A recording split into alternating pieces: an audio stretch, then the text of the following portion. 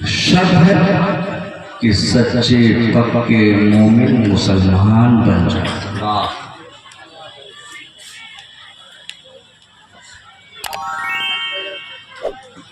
सच्चे मुसलमान बन जाओ।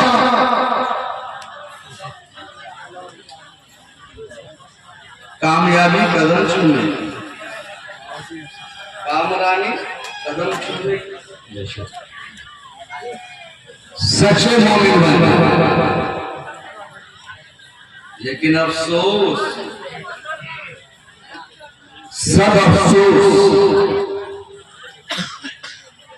आज हमारी हालत और इस कौम की हालत, इस कौम के बारे में रब ताला कुरान मजीद में इरशाद फरमाता है, कुंतुम खैरा उम्मतिन उखरिजत लिन्नास तअमुरूना बिल मारूफ व तनहौना अनिल मुनकर। सुभान सुभान। अफसोस है इस कौम पर, इस उम्मत पर इस वक्त। जिस बात को रब ताला ने रहबरी के लिए भेजा, नेकी की तरफ दावत देने के लिए भेजा, बुराइयों से रोकने के लिए भेजा, आज उस गांव की ये हालत कि कौन ऐसी बुराइयां हैं जो हम में नहीं पाई जाती है। हद तो बात उस वक्त कर गई कि अब हमारे जलसे का मियार को भी हम लोगों ने बदल दिया। चाहे कॉन्फ्रेंस हो, चाहे उर्स हो, चाहे शादी ब्याह के रसूमात, आज जलसा हो रहा है। 2 महीना, 3 महीना, 4 महीना, 5 महीना मेहनत करके अराकीन कमेटी ने इस जलसा को सजाया। तमाम उलेमा खुतबा को दावत दिया है।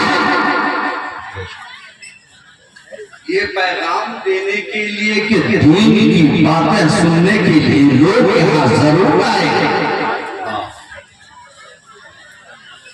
जवान यहाँ आएंगे, बुजुर्ग आएंगे, कुछ सीख कर जाएंगे। इसलिए कि बच्चों के लिए तो टाइम है, स्कूल के लिए, मदरसे के लिए, बिलखुसूस वो नौजवान जो स्कूल और मदरसा का दरवाजा भी नहीं देखा,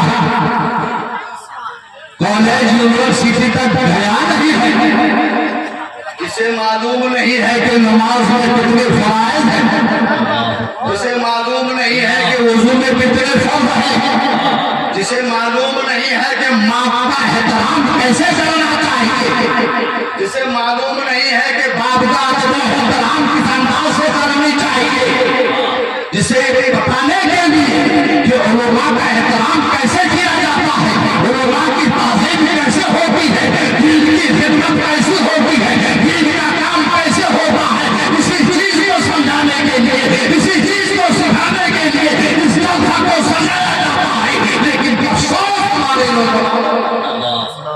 हमारे नौजवान इस पिंडाल के अंदर ना,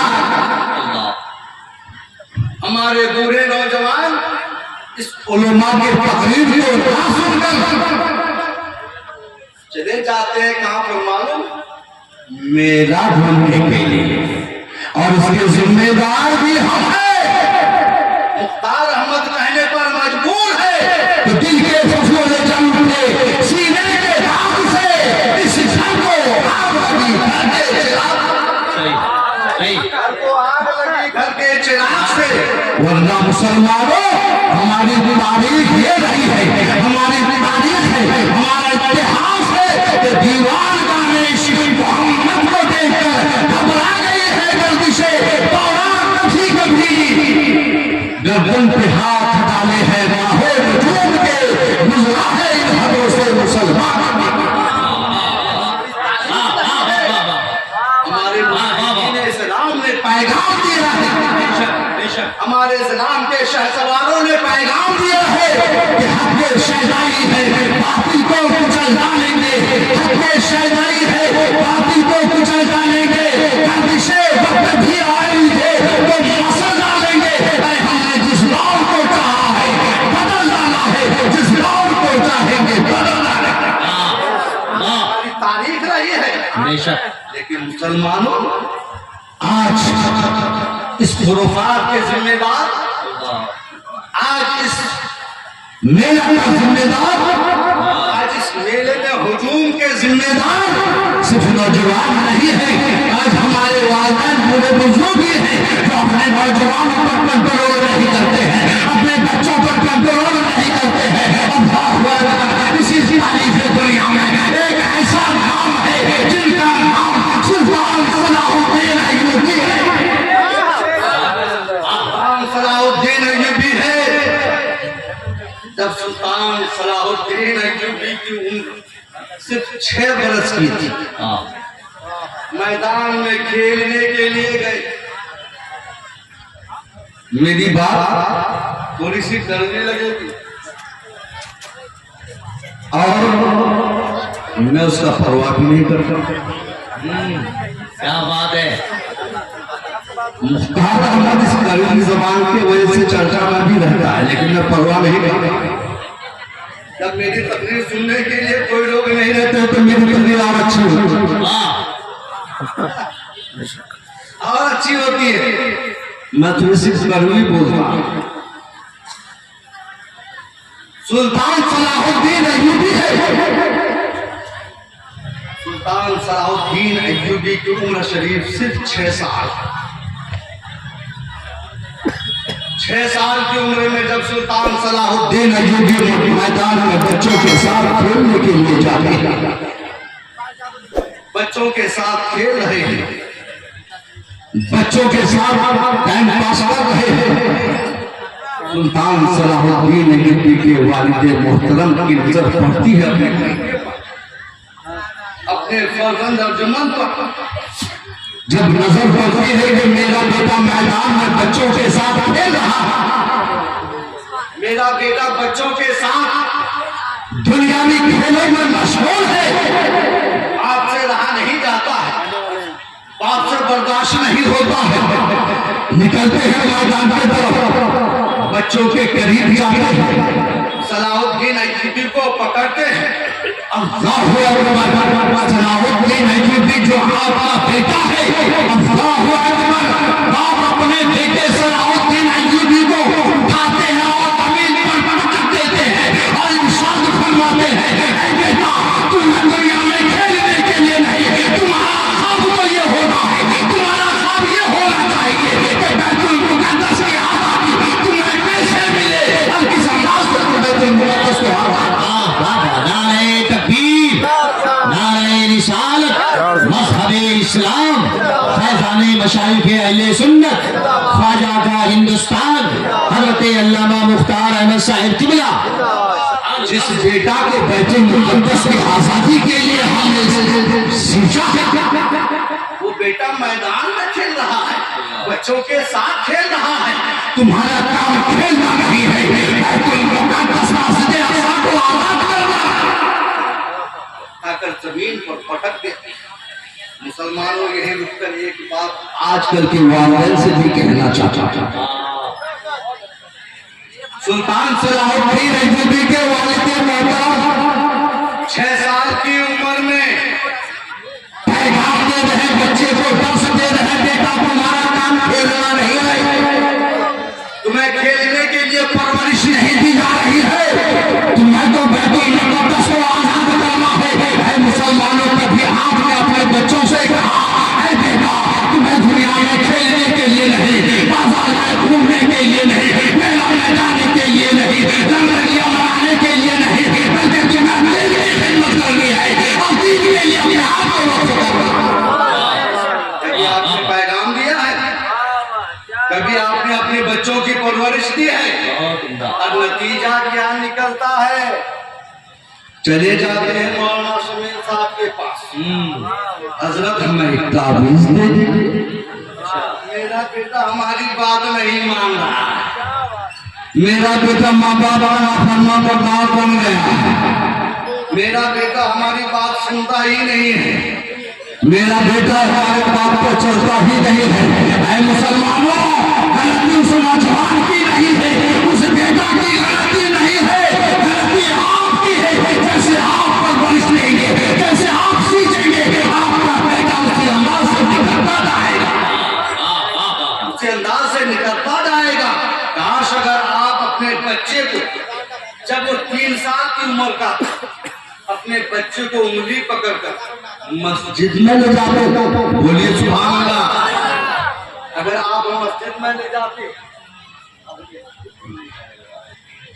उंगली पकड़ के मस्जिद में लेके जाते, अब साथ में खड़ा करके आप सजदा में जाते, रुकू में जाते, नमाज की आदत डालते, तो आपका बच्चा मैदान में नहीं खेलेगा, आपका बच्चा मेला में नहीं घूमेगा। जैसे ही मौत की आवाज उनके कान तक पकड़ाएगी, तो बेटा दौड़ता हुआ अपने काम से अपने काम से छोड़कर, काम काज को छोड़कर मस्जिद की तरफ चला जाएगा। इसलिए मुझे मालूम है, मुझे वक्त आने तक मेरा बाप नमाज पढ़ता था, मुझे भी नमाज पढ़ना है। मेरा बाप सजदा करता था, मुझे भी सजदा करना है। मेरा बाप कुरान की तिलावत करता था, मुझे भी तिलावत करना है। मेरा बाप उलमा से मोहब्बत करता था, मुझे भी करनी है। अल्लाहु अकबर। ऐ मुसलमानों, अपने बेटे को परवरिश दीजिए, दीन की तालीम दीजिए। आपको और एक बात बताता चलो, तकदीरी मौजूद तो मैं 2 से अलग लिया था, लेकिन बात छिड़ गई तो बयान करता चलो। क्या बात है, जरा एक मरतबा और कह दीजिए सुभान सुभान अल्लाह। मुझसे पेशकर नकीब सीमांचल हजरत अल्लामा कौनैन रजा साहब ने कहा कि पीर सब होते हैं, हम सब पीर हो, चाहे वो नजरी हो, चाहे अशरफी हो, चाहे समरकंदी हो, चाहे लोगे हो, तमाम सिलसिले के, तमाम खानकाहों के कुछ लोग पीर होते हैं। हम सब पीर को बोलना पड़ता है कि हमारे पीर गौसे आजम है, बेशक गौसे आजम है। और उस गौसे आजम की जिंदगी का 91 साल लम्हा, गौसे आजम की उम्र 91 साल सिर्फ पढ़ते और पढ़ाते गुजर गई। गौसे आजम फरमाते हैं कि मुझे इल्म हासिल करते करते मकाम में गौसियत हासिल हो गई। सुभान अल्लाह। इल्म हासिल करते करते किसी ने नहीं बताया होगा कि सरकार गौसे गौस कैसे बने, सरकार गौसे अब कैसे बने, सरकार गौसे वलियों के वली कैसे बने, लेकिन सरकार गौसे फरमाते हैं कि इल्म हासिल करते करते, इल्म दीन हासिल करते करते मकाम गौसियत तक मैं पहुंच गया, मकाम गौसियत तक पहुंच गया। आप लोग इल्म दीन से अपने बच्चों को वाबस्ता कराएंगे, बेशक अपने बच्चों को जब पढ़ाएंगे तो आपका बच्चा दुनियावी एतबार से हम ये नहीं कहते कि आप स्कूल की तालीम ना दिलाएं, आप कॉलेज की तालीम ना दिलाएं, आप यूनिवर्सिटी की तालीम ना दिलाएं, नहीं, आपके बच्चों को डॉक्टर भी बनाएंगे, आपके बच्चों को इंजीनियर भी बनाएंगे, आपके बच्चों को प्रोफेसर भी बनाएंगे, आपके बच्चों को लेक्चरर भी बनाएंगे, आपके बच्चों को बड़े फॉर्म में एक बड़े होने के लिए तैयार कीजिए। लेकिन उससे पहले याद रहे, आपका बेटा इंजीनियर बनने से पहले, डॉक्टर बनने से पहले, मास्टर बनने से पहले, मास्टर बनने से पहले आपका बेटा सही माने में गुलाम ख्वाजा बन जाए, गुलाम इमाम अहमद रजा बन जाए, गुलाम ख्वाजा बन जाए, गुलाम इमाम अहमद रजा बन जाए, लुत्फ उनका आम हो ही जाएगा, शाद काम हो ही जाएगा, लो दाम लेने का काम लो, कुछ न कुछ काम हो ही जाएगा। मुसलमानों, बस एक बात, तालीम, पढ़ाई, एजुकेशन। आज 1948 में फिलिस्तीन में एक अजनबी